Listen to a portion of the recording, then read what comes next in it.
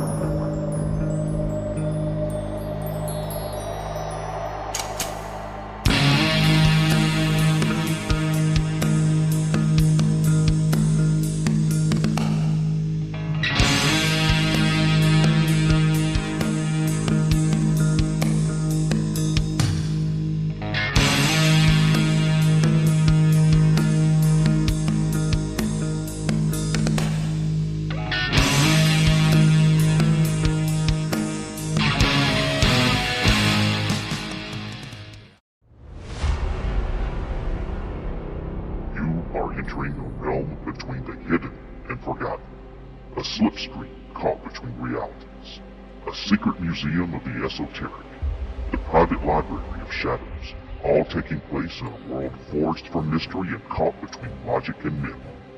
You are entering ParaReality.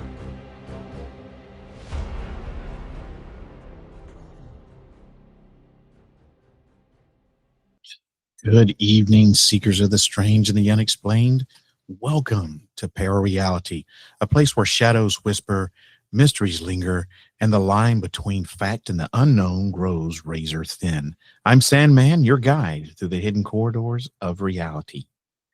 Here, every question awakens a mystery, and every mystery pulls us deeper into the truth concealed in the shadows. Tonight, we step once again into the world where truth and mystery collide. Welcome, my friends, to the ParaReality podcast. Like I said, I'm your host, Sandman. You know, for decades, the UFO conversation has revolved around lights in the sky and crashed craft and government secrecy.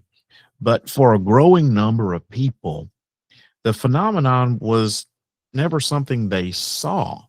It was something that followed them home. Tonight, we're stepping away from radar screens and military encounters and into the deeply personal aftermath of contact. What happens after the experiences stop, after the memories surface, after the fear, confusion, and disbelief settles in? After you're left trying to reconcile what happened to you with a world that insists that it couldn't have.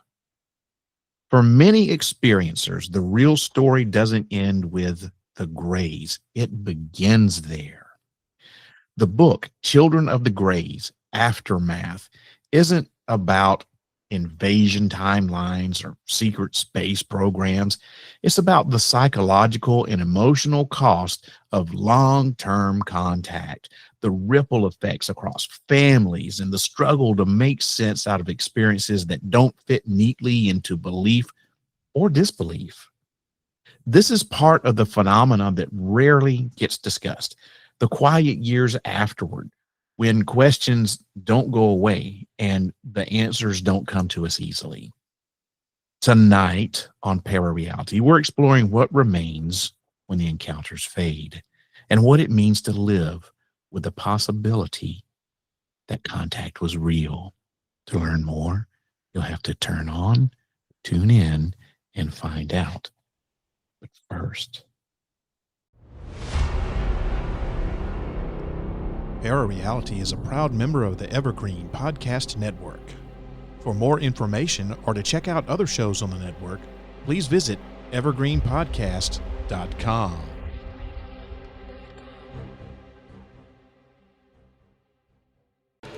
Broadcast from a secret bunker somewhere outside of Nashville, Tennessee. This is the award-winning podcast, ParaReality. Welcome back to the podcast, everybody. My guest tonight is Bret Oldham. He's author of Children of the Greys and its follow-up, Children of the Greys Aftermath. Bret's work is unique in the UFO field because he writes not as a researcher analyzing other people's experiences, but he writes as someone living with the long-term consequences of his own. Rather than framing the phenomenon purely as benevolent or purely hostile, Bret presents a far more complicated picture, one that explores consciousness, memory, intergenerational contact, and the personal cost of encounters that don't come with clear explanations. His focus isn't on convincing skeptics or promoting fear narratives or anything like that. Instead, it's on understanding what these experiences do to a person once the encounters change, slow down, or just stop altogether, and how those experiences reshape identity, belief, and reality itself. So tonight, we're talking about the aftermath, how contact lingers, how it affects families, how you move forward when the experience doesn't come with closure. A good friend, Bret Oldham, welcome to the ParaReality podcast, or should I say welcome back to the ParaReality podcast. It's been a while. It's been a while, Sam, man. I appreciate you having me back on. Yeah, I really appreciate you being here. When what you wrote your first book, Children of the Greys, back in what, 2013?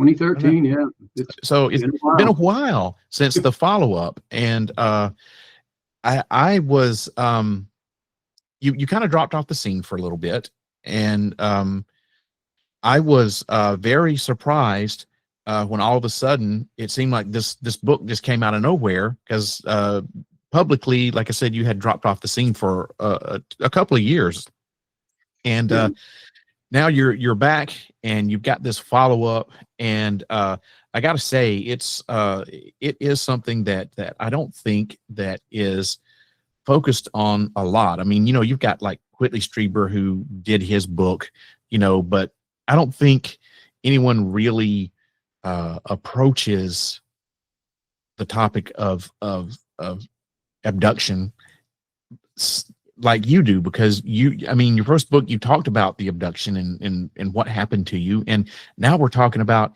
hey, this is after it's all over with, and you never see anyone write about that. So I'm glad that you were able to send me a copy of this, because it's an interesting read. Very interesting read. Yeah, I thought it was important to, so much had happened in the last 13 years that I'd spread my message all around the world, actually. I've been very lucky to garner a lot of attention. Yeah. And I wanted people to understand, what the ramifications of going public with a story like this, because the fear in the public, now we have the UAP thing everybody wants to talk about, and it's reached Congress and all that, and that's all fine, but that level people can sort of accept. But when it comes to the level of what's happened to me and literally hundreds of thousands of other people, because this abduction phenomenon is huge, it kind of elicits a whole another level of fear, because people are like, well, maybe there's somebody out there, and maybe they're flying around in their ships in our atmosphere, but wow, they're actually taking people, and of course the government doesn't want people to know that, because they're helpless in stopping it. They're also or complicit. Exactly. So that puts a whole new level of understanding, and people like me kind of become a threat, especially with the attention that I have gotten. And so I wanted to write about that. I wanted to continue to help others that in my position, because that was one of the main reasons I ever wrote the first book. Because I'm not one of these people that, so many of the prominent cases, they have one incident. I won't name them. I don't have to. They're just repeated over and over and over for years and years. Tired. Yeah. Exactly. So, and I didn't remember anything for for 21 years. You know, I mean, it all came accumulation of subconscious memories. You know, I ended up in therapy. So a lot of these people that have these experiences, they don't remember anything. But I wanted to be a voice for them, because once I had my breakthrough and realized what had been happening to me, and explaining why I had these strange marks on my body, and why I had the chronic nosebleeds and felt certain ways about things, and always seemed a little bit different than other people. And I had the psychological damage from it, and and you know, it's still a lot to deal with. And I found out, like, after the first book came out, that it's a lot of people out there has psychological damage and trauma from it. You know, there's post-abduction syndrome. There's a nurse that actually coined that term. And so I was like, you know, I can help these people, because I've learned over these years through all my experiences. And of course, I don't remember every experience, but I remember a lot. I can help these people learn and accept what's happening to them, and the ones that are actually having an experience. And I always tell people, like, if they contact me and they think, I think something may have happened to me, I would say, leave it alone. You know, if it's not affecting your everyday life, because once you open that door, you can't go back. There's no closing it. I can imagine. Because that the memories will just start flooding out, and it's a lot to accept. You know, you go through all these stages of PTSD, and, you know, and the anger and the grief and the why me, and because a lot of people out there think that, oh, you're chosen or you're special or something. And the only thing that makes me special is I must have some kind of DNA that they particularly like. Maybe so. And that's the only, I mean, everybody always asks me, why you, you know, and I don't want it to be why me. No, really, some people claim that they do, but if they really knew what happened on these experiences, you truly, because it's not just the physical thing and the anal probe jokes, which is so mundane at this point. But let me write that out of the script here. Hang on. Okay. But there's a lot more invasive physical things that happen. There's a sexual aspect to this that no one talks about. And I'm very honest, even though some of it's embarrassing. And the actual, there's some others in the book, in the new book, that I met during, it was people that had contacted me during these years, you know, that I was speaking. And their stories, the ones I picked out, actually, I think you actually know one of them. Most of them remained anonymous, but there's a gentleman named Sandy Nichols that you're probably familiar with. You know, people don't know, but we used to live in the same city, so you and I. But anyway, the rest of them, because of the connotation of, oh, they don't want to deal with it. You know, they had their professions, and like, oh, I can't come out and say this happened to me. But when they told me their stories, because they were reaching out for help, understanding, and that's what I try to do for people. So the congruencies between, I mean, it just defies the odds. And I was like, I have to put these people's experience, and I got permission from them and interviewed them and let them know, proofread, this is what I'm going to put in here. And they were all okay with it, because it gives them a voice also, like, oh, I can finally tell somebody. It does, And the thing that happened is, it was like, okay, we talk about stuff that happened that is never talked about before, because it's also they feel like it's taboo or whatever, you know, especially with the sexual aspect of things. But it's an integral part of it. Yeah, it is. I'm sure. Well, in Aftermath, you focus less on the encounters themselves and more on what follows after. So at what point did you realize the after was actually the most difficult part of the whole experience? When you get to that level of, this isn't going to stop, you know, so you have to learn, like, either I let it in me, because I years ago, I was in a group chat with people, abductees, like, from all over the world, actually. And there would be 20 some people, and you could see some of them on the screen or whatever. It only held so many cubicle things, you know. Yeah. And that year was a really bad year because there was 3 people, and one from this particular group, and I really had a feeling he was over in Europe, who committed suicide. Like they couldn't handle it. And they would talk about the anxiety. And that's initially how I ended up in therapy, because of the anxiety. And so, you know, I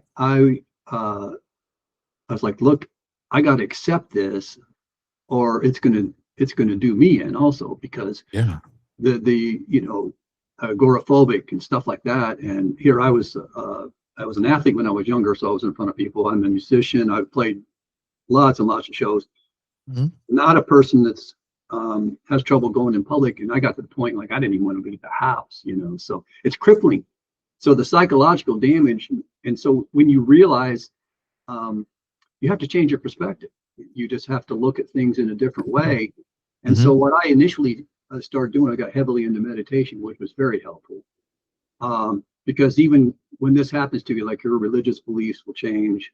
It really will. And I can imagine. And then you also feel like you see man's ego, how we think we're, you know, the supreme beings of the universe, and we're just so far away from that. It's almost comical. And they look at us like that as well. You know, we're a physical specimen, at least pertaining to the Greys. We're a physical specimen, and that's why they use us for the Hyper program. But intellectual, not so much. Well, many people assume that the trauma ends when the encounters stop. But based on your experience, how accurate or maybe inaccurate is that assumption? The trauma, that gets where the PTSD kicks in, you know, the PAS, you know, the post-addiction syndrome. It's like when you come to that realization, like, most people think they're crazy. You know, that's what people, even when I came to that realization, I did not tell my therapist. I was like, I didn't want to accept it, you know. So that, it's trauma enough going through that, but then you got to deal with the trauma of society, of our society. You know, it's like, I can't tell anybody. I you know, it's suffering in silence. Like, you can't tell anybody, because then it just, you have to relive it all over again. Then you get called names, which I write about all that stuff in the book, all this stuff I've had to go through. And people, they can't attack me personally or on some kind of a show or something. Then, you know, I've had people go on the reviews on the book, the first book. And I wrote about that in the second book, as one of the incidents, you know, where a guy was so convinced that if I just told him the name of Jesus, invoked the name of Jesus, and no, I would never get abducted again. And I'm thinking, you think I haven't tried that? You know, I mean, come on, you know. And then one of the ladies in the book, that she was Catholic, and it was the same thing. She was like, "Oh, Mother Mary," you know. She started doing Catholic prayers, and we all try that. It doesn't work. But he was so upset. First, he was telling me how great the first book was, and everything about it, you know. But the minute, this was basically just through emails, but the minute I told him that, you know, I've tried that and it doesn't work, he just attacked me. He got on the most terrible review and everything. It's like, this guy just told me how much he loved the book. It was the only time ever that I complained to Amazon. I said, this guy is attacking me personally, not even the book, you know, because it doesn't go with his religious beliefs. You know, and I'm sorry, but, you know, when this happens to you, you get a whole new perspective of everything. Well, yeah. Well, it doesn't mean that and this is coming from someone who's not a religious person. Okay. And I don't want to get religion involved in this whatsoever, but I want to say that just because this happens to you, it's going to change the way you see religion, but it doesn't mean that God doesn't exist. Oh, absolutely not. I actually asked a tall gray. For those of you that maybe don't know, you know, the small grays that's always depicted in the media, they're not the actual 3 foot grays. Yeah. You know, that's they're what I call biological robots, and they're programmed. You know, they're the worker bees, so to speak. Okay. The real grays are the tall guys, and Okay. they're clearly in command. And you can communicate with the small grays, but most of the time they're programmed on what to say. We're not going to hurt you, and we're just going to do this. About real basic stuff. If you ask any questions, they work purely on logic. If you really want to, I learned this along the way, but if you really want to mess with them, do something completely illogical, and they literally will back away. They have no idea. They're not programmed like that. But anyway, back to my point of the religion. The tall gray was they took me when I first was the very first time when I was 5 years old. I was taken by the small grays, but once I was in a craft, they took me in an area, a seating area, sort of a half moon seating area, where all this things was built into the craft. And there was sitting this tall gray, and he was not dressed in like uniforms. And by the way, these guys don't run around nude like the fictions either. And he was like in this robe, and he, like as a 5-year-old, I could hear I could hear him telepathically. I didn't understand what was happening at that point, but he like sort of befriended me, and I never let go of that all these years. And so every time tall grays, you can ask questions. And there was a time where they were testing me, because they do a lot of psychological testing, but they had taken me to a screen that showed all this Earth's disaster stuff, and I mean hurricanes and floods and nuclear bombs and famine, just destruction. And I'm standing there watching, and he's standing to my left, and he's actually observing me, not watching the screen. And finally, I turned around to him, and I said, "Why are you showing me this?" And he didn't understand why I asked him that question. I said, "I know that you're not going to let this happen." He was trying to elicit fear, because they really are interested in our emotions, because they're creating these hybrids, that have human emotions, and they don't know how to deal with them. And anyway, he realized that I knew that they would intervene before Earth, because Earth is too valuable for them, before we as mankind, humankind, messed it destroy up. it. Yeah. And so after that, they turned it off, and he just kind of turned around to walk, and wanted me to come with him, and I came with him, and I went up this little ramp, and I don't know why, just something came over me, because I think he was amused that I had said that to him, like, I know you won't let this happen. So they knew they didn't have me that time, like, I'm like, we're not going to get nothing off this guy, some reaction, like we're seeing all this stuff. And I think he actually appreciated that. And I says, "May I ask you a question?" And he said, "You may." And I said, "Who is your God?" And he says, "We are all one with the one who is all." And man, that stuck in my mind, like the universal truth, and I have never forgot that. And I've told a lot of people that, and I'm like, it was so profound in its simplicity. I was like, and this is from when you were 5 years old? No, this is an adult. But okay. I first met the tall grays when I was gotcha. 5, Okay. So I had some, anytime that they're around, it's usually like you can communicate with them, like they will to a certain degree answer. They've never been a part of anything except when the fetus was taken, that they forced me to watch the fetus being taken, which is one of the most traumatic things. Traumatic, yeah. That you just don't get over that. There's some stuff I can imagine you couldn't. Yeah. Well, you write about how contact reshapes a person's sense of identity, and you kind of touched on this a little bit, but how did the experience change the way that you see yourself, like as a human being, a consciousness, or maybe something in between? It's sort of something in between. Like, there's a balance, because you realize, like, your humanity, your physical self is being used for another life form, to create another life form. And like at first it feels like rape, like you feel you kind of lose your identity, like as a rape victim would here, because of the sexual part of things. But what it is rape in a it is rape, in all sense of the word. Yeah, it is really, they that's a strong word to use, but I mean, but it is what it is. Yeah, they put you with other humans to do stuff like that. They'll put you with a hybrid. early on, it was just these machines that would extract sperm. So that's a big part of what they do. And I used to hate them. But as I grew and I used it to evolve, like as a person, both realizing like consciousness, because in our belief system, like there's no more myopic view anymore. It's like you got to see the big picture, or you're just not going to see it.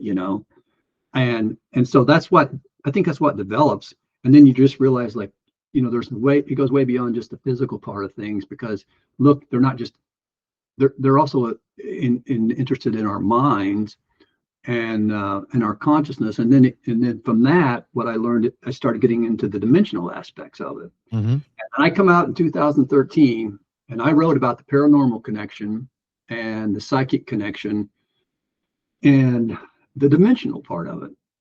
And I mean, I got scoffed at from, there was I did shows where that would be brought up and they would just change the subject. It's like, stay in your lane, bro. It's like, if you're into UFOs, you got to, if you're a alien abductor, you got to, if you're into Sasquatch, Bigfoot, that's your lane there, and the ghost people, they're over here. Like, no, you guys are all wrong. It's all dimensional. It's all dimensional. And I explained it because I saw how people were I saw how I didn't know how I was being taken. But they're opening up these portals, literally mini wormholes, because they're evolved to this point. And it took me a long time before they actually showed me. And I think they did it on purpose.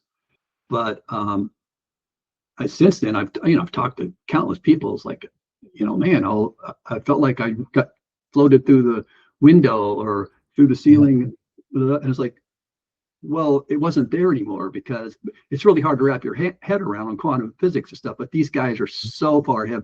And the interesting part to me now, because I was talking about that, to regress back, I was talking about in the book how not only myself, but a lot of people that I met had experiences, especially people that are what I call lifers.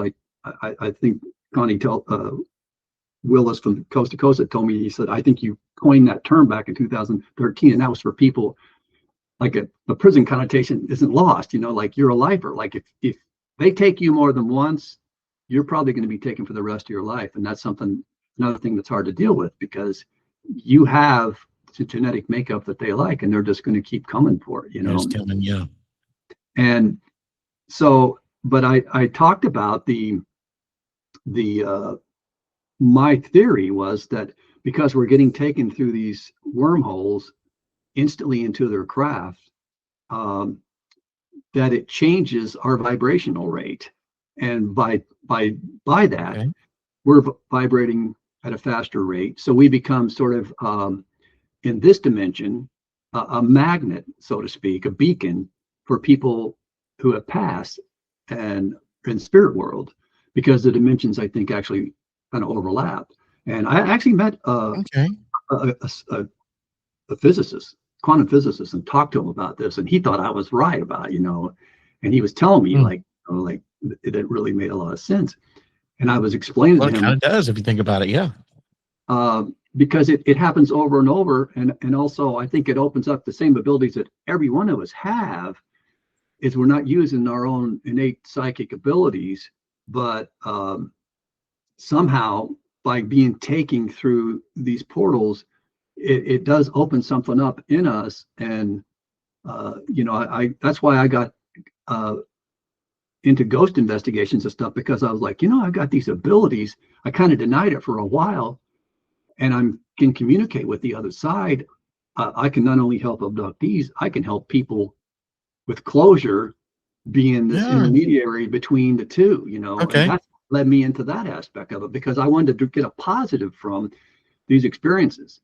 I didn't want it to be just like, oh, poor me, they take me and I do this, they do these terrible things to me and it's ruining my life and I'm full of angst and anxiety. Feel sorry for me type deal. No, I've never been that kind of person, but it will lead you to that, because you want it to stop. But when you just have that kind of acceptance and draw positives from it, and I go through in Aftermath, I go through a lot of that. Yes. A lot of the stuff that you can do, if you've had these experiences that worked for me, because if it worked for me, it can work for you. It can work for anybody, you know. Yeah. And it doesn't necessarily, I'm not saying you have to necessarily change your religious beliefs or anything like that. I'm just saying, just as a person, your mental stability and coping mechanisms can, if you start to draw, this is one of the things though, but if you just start to draw the positives of it. And then the other thing is you have to look at it the perspective of the aliens. Yeah. Like the aliens aren't us. Like we want to analyze them like, oh, well, we would never do that. It's like, well, yes, we do. Go look at all the animal testing. You know, I'm a big animal activist, so this kind of stuff just burns me big time. And like we're doing all these experiments on these helpless animals, and you could say, yeah, for scientific research, for medicine. Well, no, some of it's for makeup. You know, I mean, it's just like we're doing all this, and how much now we're so advanced scientifically, we don't need to be doing those kind of experiments on animals, but we still do. I agree. And, I agree. you know, that kind of abuse and stuff. So look at us, but see, they're not wired like us. And when I realized that, came to that realization, it really helped a lot, because I'm like, you know, maybe they're not like these evil things creatures, you know, insidious creatures that I thought they were, like I described mostly in the first book, you know, but maybe, you know, I do sense like a sense of desperation. And so I think they're really trying to save their race. You know, I think that's where the whole hybrid program, as far as the Greys go, I do think they are working in conjunction with the reptilians. I think there's several races of aliens visiting the planet. I think there's some kind of hierarchy involved with that. But given that, you know, I still think that it's something that you have to learn to forgive them, because they don't have human emotion. So but that can be hard for us as humans, though, because we're having these things where, number one, we're taken against our will. Number two, everything that happens to you on board their craft or wherever they take you is against your will. And a lot of it doesn't sound like it's much fun, you know? Oh, it's not. None of it is. So how can you not be angry at that, Bret? You know, and I mean, I don't know. I've never been abducted, at least as far as I know, I haven't, you know, but it seems to me like it would be hard to not be angry. So the fact that you, and I know you're not the only person who's had a shift in attitude like this, but the fact that you're able to get there is wonderful. But I know that it took a lot and a long time to come to that. It had to. Yeah, it's not a quick, easy process for sure, but it has molded me into who I am now, and that's something I'm actually proud of, because, you know, I know like I have that kind of strength in me. You know, a lot of people don't get a chance to realize that, you know, until you've endured certain things in life, and this is a very unusual things. But like I said earlier, the bad part about it is you're dealing with people's perception of it, and you because of it, as well as the event itself. So, you know, it's you're getting it both ways, and that was a narrative. Man, I want to change that. You know, that's why when I did this, I wanted to give as much proof as I possibly could. And it started out like I was just like, I had scars on my body that was unexplainable. And I went to several doctors, and they would say, "Oh, did you have surgery here?" You know, like, no, I haven't had any surgery. You know, at that time I have now, but at that time I hadn't. And matter of fact, as recently as like 2015, when I was living in Tennessee, I had a new doctor, and I was like, you know, I'm just going to bring this up again. And she's asking, do you have any more questions? I was like, you know, I've got this. I got some puncture marks under my rib cage and stuff too. These marks on my lower back, which is another chapter in the book from another lady that had the exact same thing, which is crazy. But and so I was like, I don't know what this is, you know. And I was just like playing dumb about it, And so I showed them to her, and she's like, "Oh, this is very odd," and she could see them and all this. So she goes, "Well, there's a special blood test. There's a disease, that people can cause scars on people. I'd never heard of it." And she goes, "I can run a blood test for it." And I was like, "Okay, let's do it." You're drawing blood. I'm here already I was during my annual physical doing a blood test. I was like, "Sure, draw another vial." So she did. And so when I got the results, she actually called me, which is unusual about this particular thing. The other results, not. And she said, you don't have that disease, which I already knew I didn't. But she says, I showed it to another physician here in the clinic, and neither one of us could explain how you got those scars. But that's happened to me several times. But it started with that, so I knew that was really unusual to have that kind of stuff. But then after I got the special blood test and everything for that, one of the cases I was taken with one of the incidents, I was taken with another witness, so there was two of us, and that was the incident with the fetus being taken. And we had lost communication over the years, and I go into great detail, even picking up from the first book, which is I go into more detail because I got regressed and learned more about that incident. Well, I was filming a pilot that never got aired, but they brought in a regression person. And anyway, we did, I think it was Monsters and Mysteries in America or something was called, and flew out to Vegas to do it. And they got a hold of her, and she agreed to talk, and they filmed us separately. Hadn't spoke to her in years. I saw that show. Yeah. The producer came back, and I said, "How'd it go?" And he goes, "Man, she remembered it exactly like you did." So here, there was two people. It had made that kind of indelible mark on her, she did tell me, that she's like, "Yeah, I still can't even hardly sleep at night," because she thankfully never had any more incidents, and I had blamed myself for that for a long time, but I was able through regression to get past that. But so there's, that's a thing that, when you have two people like that telling the same story, two different times and everything like that. And then I've since taken a polygraph. They brought in, I was filming, this was on film with a whole big film crew there, never got aired. Prometheus Productions did it. And they brought in a guy named Joseph Paolia. He was a former presidential detail Secret Service. So this guy has credentials. Yeah.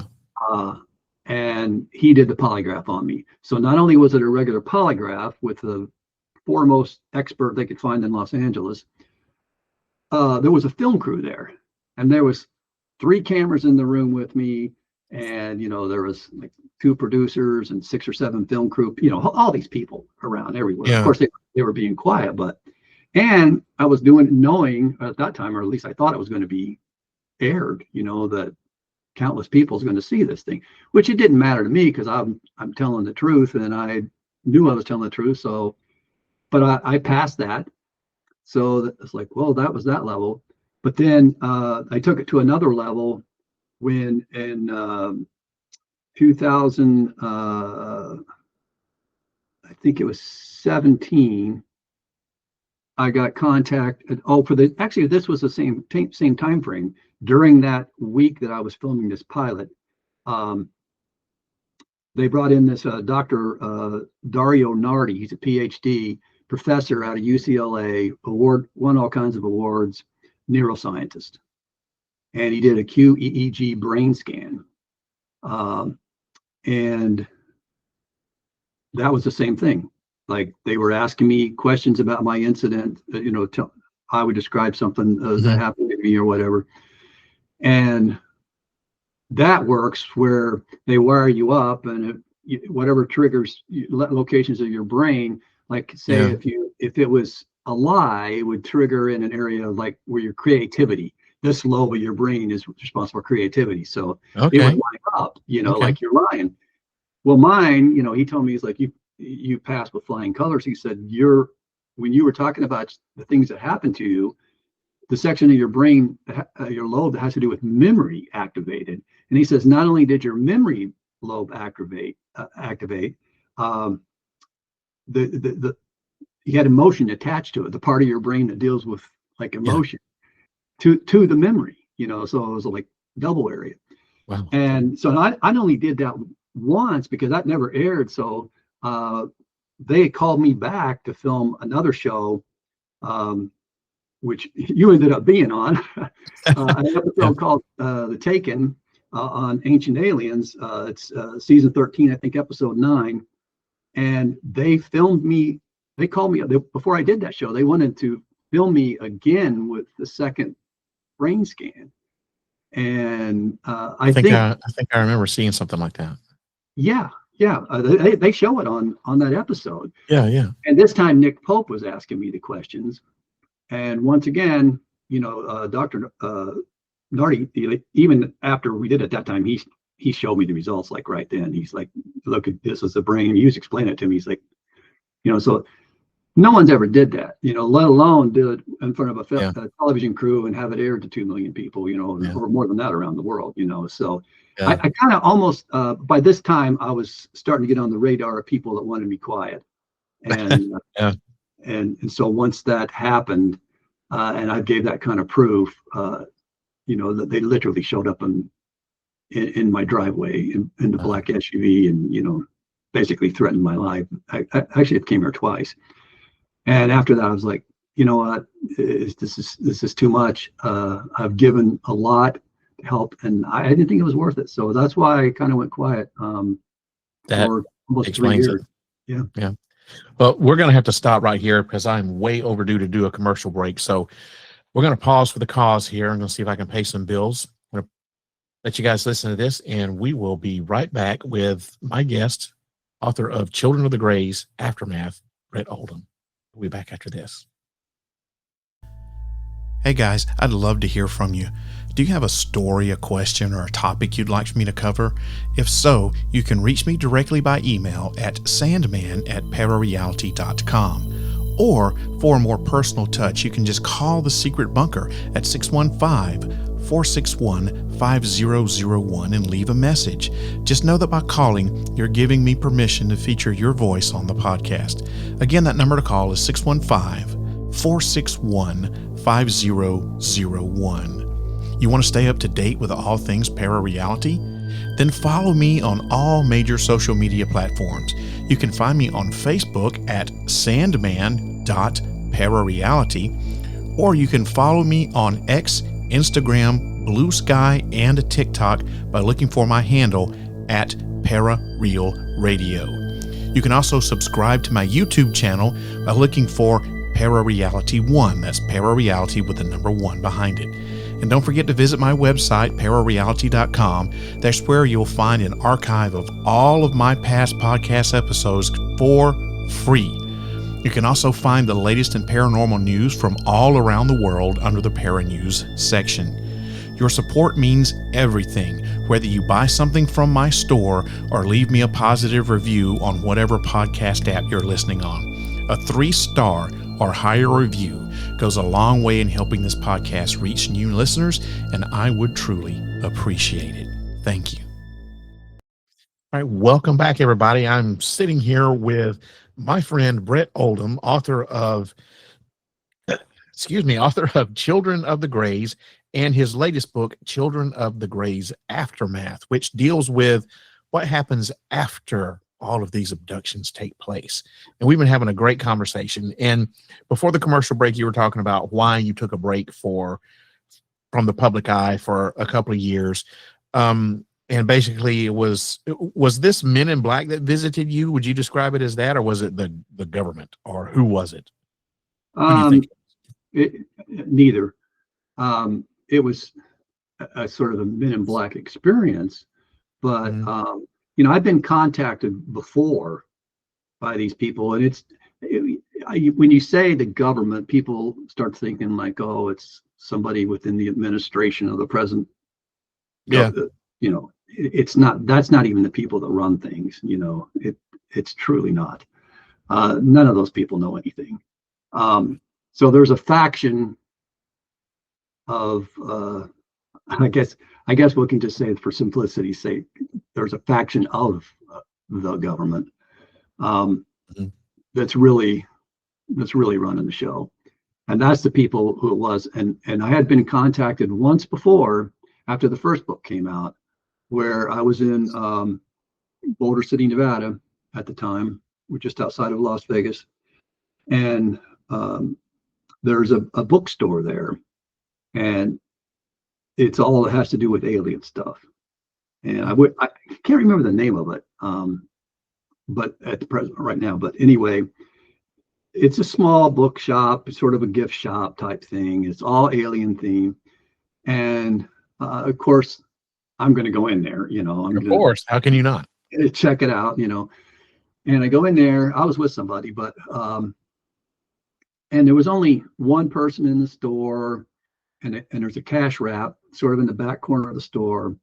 And there's like bookshelf and then some merchandise shelves and stuff. And like I said, it's not a real big place, but and then the person that was shopping, they left. And so it's just me and this other person that I was with, and this girl working at the cash register. And she was behind the counter there, kind of in the back corner of the store. And then these two guys walk in, and one of them is wearing a suit. Huh. Not the Men in Black looking, with the dark sunglasses on, but he was dressed real nice. And then followed by him, a guy following him, and it was an older guy, in his 80s probably would be my guess. And he was dressed just real casual, jeans and shirt, regular shirt, And the guy in the suit walks to the back of the store. He goes over he looks around like he's scouting the place out. To make sure nobody else is in there. He goes over to the girl working at the cash register, leans over to her. I can't hear what he's saying. She nods her head. She goes in. There's a door, a room right behind this cash wrap, like some office room or something. And she literally goes in there and abandons the cash register. And I'm thinking, what the hell? It's like, and then this older guy, he's like standing literally like right a few feet from me, and he just strikes up a conversation with me. Weird. And it was very weird. Well, it turned out, and I go into more detail about this, but for time's sake, he knew who I was, and he told me, that he worked for they just admitted to me, like, he worked for this special program, and he told me all about how he had been chosen. And he said, I'm retired now, but they like me to do stuff like this because I'm very non-threatening.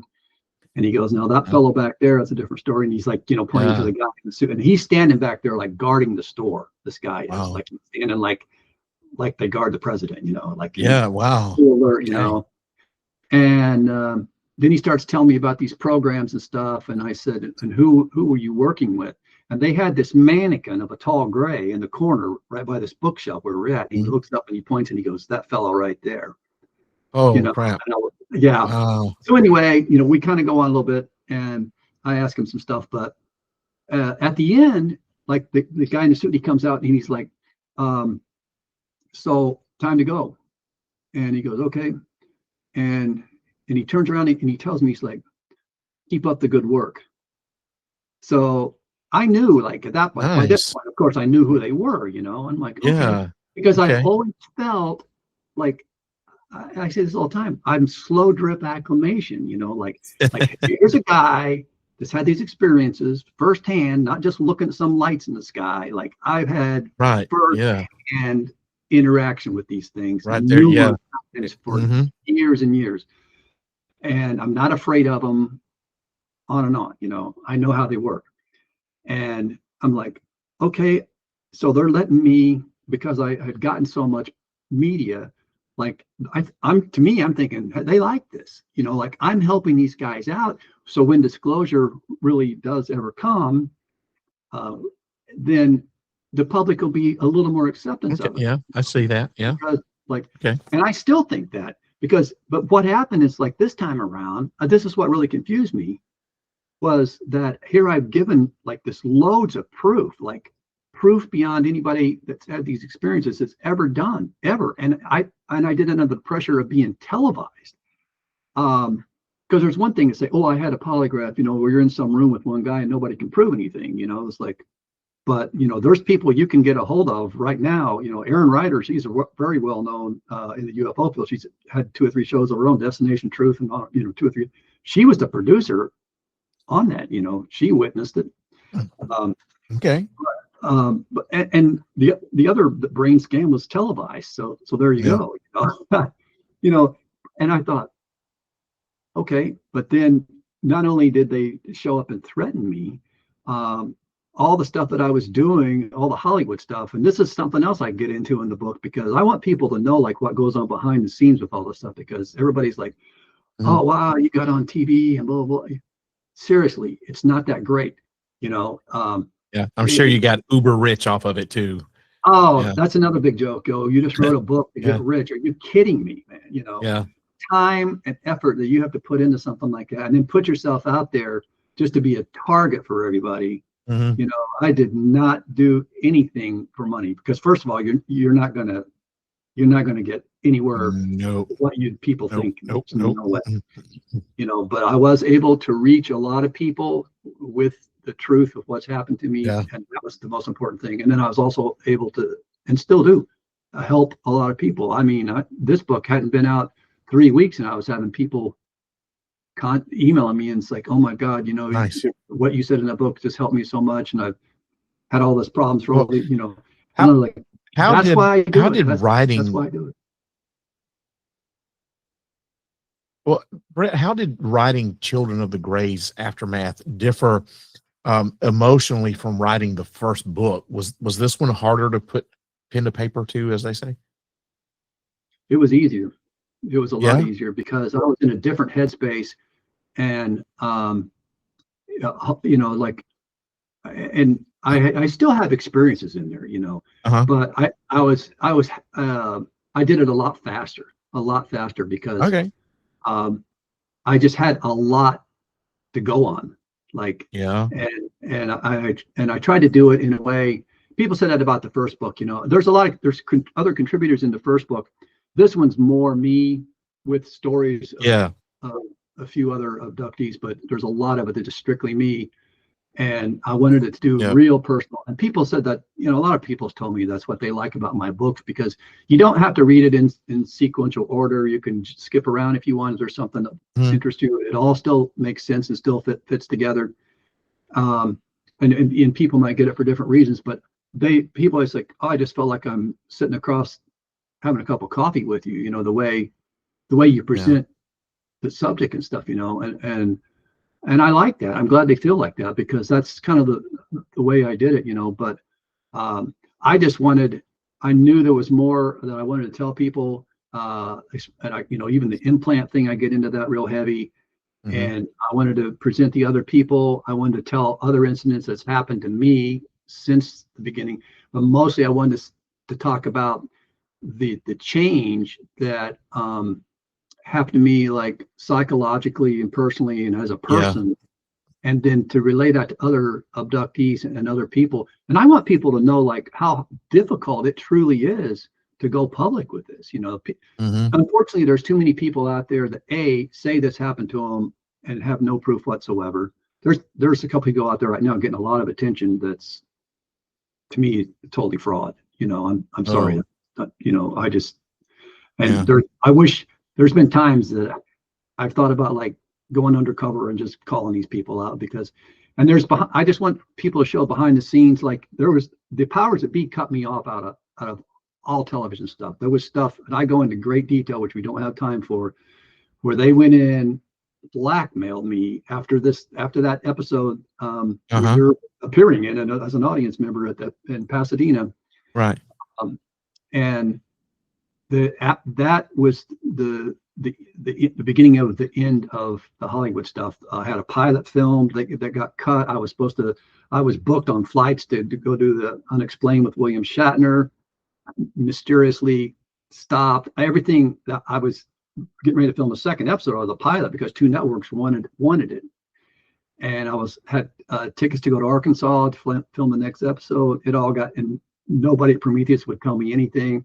And even after the success of the Pasadena convention, where I was the feature on the panel, that was a huge event. huge event, massive audience, 3,000-4,000 people there. They had, you probably couldn't see, but there was people the second time standing, a couple, 200-300 at least standing in the back of the room. Yeah. They asked me to go to the East Coast and do it because the producers afterwards like, oh my gosh, this was, but that didn't happen. I got ghosted. And so I have like literally zero interest in all these Hollywood people, and some of the people that's on television now. Well, they're not who you think they are. Let me tell you. Well, why do you think that happened to you? Were you too much truth? Too much truth, because I proved it. I'm saying these things, and I give. You can't. People say you can fake a polygraph, and maybe some people can. The brain scans you can't. And I think that's why they arranged for me to take a second one, because I think they wanted me to fail, and I didn't. So I did it 2 times, and I think at that point they were like, this guy, we gotta quiet him down, because maybe they weren't controlling the narrative as much as they wanted. Maybe they wanted to slow me down. Well, we all know that whoever they are, love to control the narrative. So I think that plays a big part into it. You're probably right. I would agree with you on that. Yeah, it did. Well, it's good to see that you have had enough of being silent, and I'm glad that you came back and are doing this, because I think it's much needed. I mean, like we talked off the air before we started recording. It's really a unique perspective that you're approaching this at, and I really think it's much needed. So I'm glad that I appreciate it. I'm glad that you decided enough is enough. So there are so many questions I wanted to get to that we didn't get a chance. But I do want to ask you this one. I'm going to ask you to kind of be quick with your answer, if you don't mind, because we're running out of time. But what part of the aftermath do you think researchers and the public still don't fully understand? I think one of the scariest things is the implant control.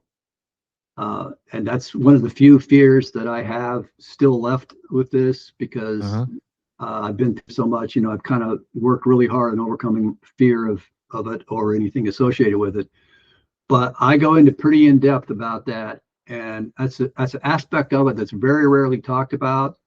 And I mean, you're talking nanotechnology implants where what is it, a million, size of a millionth of a millimeter, like that's microscopic, literally.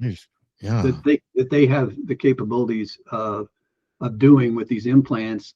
That'd be hard even for us to find with our technology that we got today. No, you're not going to. No, and so that is probably the most alarming thing that people need to know about, because if they're alarmed by just the fact that this is phenomenon is happening, that aspect of it is really, really scary, because that kind of control, and I guarantee you that they're at that level and they're doing it. I've experienced it as well. I'm sure many others. But if they really want to get, if you start getting into world leaders and stuff like that with that kind of technology, or if we get our hands on it and are able to do it, we're in deep trouble. Bret, I have 2 final questions that I want to ask you, and I ask these questions of all of my guests. And the first one is, where can people find your books? On Amazon. Just search for the books. There's also links. I have a website, BretOldham.com. Easy. I'll have Bret it right with down here. Okay. I got links to both books, the first one and the second one. And that right now I've got audio version, Kindle version, and print version. Wow, all 3. Nice. All 3. Yep. All right, so if you want to find Bret's books, Children of the Greys and Children of the Greys Aftermath, you can do a search for them on Amazon, or you can go to BretOldham.com, and it's BretOldham.com, and he's right here below me. Just go to BretOldham.com. And last thing, should I say, what do you say to someone who may be listening or watching this episode right now, who may recognize pieces of their own experiences in your story, but they're afraid to explore them further. And how can they get help? Well, first of all, there's what I always say is if it's not disrupting your life and you're still functioning fine and you don't have any kind of anxiety issues or anger issues or that kind of thing, that could be stemming from these possible or fragmented memories, leave it be. I always say that first and foremost, because once you open that door, there's no going back, and you probably will open up more stuff, and it can be overwhelming. If you do remember more and more stuff, and you're thoroughly convinced that you're having these experiences and it's starting to bother you in any kind of psychological way, then the first thing you need to do is to talk to somebody about it. Don't hold it in. I did that for years, and it was because for me it was like, you in those days, man, there was like nobody. It's a lot easier now. Yeah. So you do have that going for you, and there's people that'll listen to you. There's even therapists out there. You just search, just get on chat and search, for therapists for abduction experiences, alien abduction experiences, and you'll find people. There's people to talk to, but that's the first thing. Start from there and see where to go. And I have like pretty much a chapter devoted to that, and a lot of different advice that I tell people what to do and how to do it, what I've done, because I've done it. It worked for me. And just know that, don't be a victim. Don't be a victim. So exactly. There's lots of us out there, and if I can make it, you can make it. Well said, my friend. Well said. Thank you very much. Well, everybody, that about does it for tonight. My special guest has been Mr. Bret Oldham, author of Children of the Greys and his latest work, Children of the Greys Aftermath. Bret, thanks so much for agreeing to be a guest on ParaReality, and also for being so courageous to bring your experiences publicly. I think we need more people like that, and I really, like I said, I think that the way you approach the aftermath of the whole thing, I think is very unique. And so thank you for being on the podcast. We're going to definitely need to get you back, because God, like I said, there's a ton of questions that I just need to get a chance to ask. So we got to do a follow-up on this. And I want to send a very special thank you to you, the listener, for listening. And before I close it out, I do have a couple of more things you guys got to listen to. Still got to pay some bills. Bret, I'm going to ask that you hold on the line here for just a little bit until we're done. Sure. We'll be right back. LifeLock, how can I help? The IRS said I filed my return, But I haven't. 1 in 4 tax-paying Americans has paid the price of identity fraud. What do I do? My refund, though. I'm freaking out. Don't worry, I can fix this. LifeLock fixes identity theft guaranteed and gets your money back with up to $3 million in coverage. I'm so relieved. No problem. I'll be with you every step of the way. 1 in 4 was a fraud-paying American. Not anymore. Save up to 40% your first year. Visit LifeLock.com/podcast. Terms apply. Does it ever feel like you're a marketing professional just speaking into the void? But with LinkedIn ads, you can know you're reaching the right decision makers, a network of 130 million of them, in fact. You can even target buyers by job title, industry, company, seniority, skills, and did I say job title? See how you can avoid the void and reach the right buyers with LinkedIn ads. Spend $250 on your first campaign and get a free $250 credit for the next one. Get started at linkedin.com/campaign. Terms and conditions apply. You've listened to the stories. You've questioned the truth. Now it's time to wear it. Head over to ParaReality.com and check out the official ParaReality merchandise shop. T-shirts featuring the official podcast logo, the iconic ParaReality all-seeing eye, plus mugs, hats, totes, pillows, stickers, and yes, even something for your pooch. But while you're there, don't stop at the merch. Look a little closer. Dig a little deeper. Somewhere on the site, you'll find the entrance to the secret bunker, the members-only section of ParaReality.com. Inside, the ParaReality top-secret files. Real FBI documents on UFOs, aliens, Bigfoot, Adolf Hitler, and more. Plus classified audio. Some of the strangest messages ever left on the secret bunker hotline, and access to a secret podcast side project that's never been released publicly. And here's the best part. It's all absolutely free. Once you're in, don't forget to claim your free ParaReality Podcast Secret Bunker t-shirt. Just make sure you place your order. The truth is out there. The bunker is waiting. Visit ParaReality.com and find what you weren't supposed to. Tonight's conversation with Mr. Bret Oldham wasn't just about, well, it wasn't about proving anything at all. It wasn't about convincing skeptics or validating believers or drawing clean lines around an experience that refuses to stay inside them. What we talked about tonight was the part of the phenomenon that rarely gets any airtime.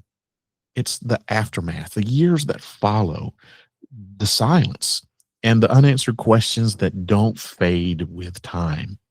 In Children of the Gray's Aftermath, Bret Oldham doesn't ask us to accept a narrative. He just asks us to sit with one, to consider what it means when an experience changes you, whether anyone else believes it happened to you or didn't. And maybe that's where the real mystery lives. Not in the craft, not in the beings, but in what happens to a person who has to carry an experience that doesn't come with closure or confirmation or even permission to talk about it. So whether you see these encounters as external, internal, symbolic, or something else entirely, one thing is hard to ignore, and that's the impact. It's real to the people who live with it. And maybe the most uncomfortable question isn't, are they real? But what if they are? And we're only just beginning to understand the cost. As always, you don't have to believe. You just have to listen. I'm Sandman, and this has been ParaReality. Until next time, keep asking questions and stay curious. And I certainly hope that you enjoyed tonight's episode of ParaReality Podcast. My next episode will drop on February 27th, 2026 at 8 o'clock p.m. Central U.S. time. It's going to be another ParaReality flashback all the way back to season 1, episode 2, the second episode I ever did. So make sure you tune in and find out. I hope that this podcast opens up your mind in new ways of thinking, expands your consciousness, and produces a change in the way you see the world. If you wish to change, you must lift the veil of ignorance that has been cast over your eyes. Only then will you see the true power of the universe. Hope you have a wonderful evening, a great weekend, and I'll see you again soon. Good night, everybody. If you wish to change, you must first lift the veil of ignorance that has been cast over your eyes. Only then will you see the true power of the universe.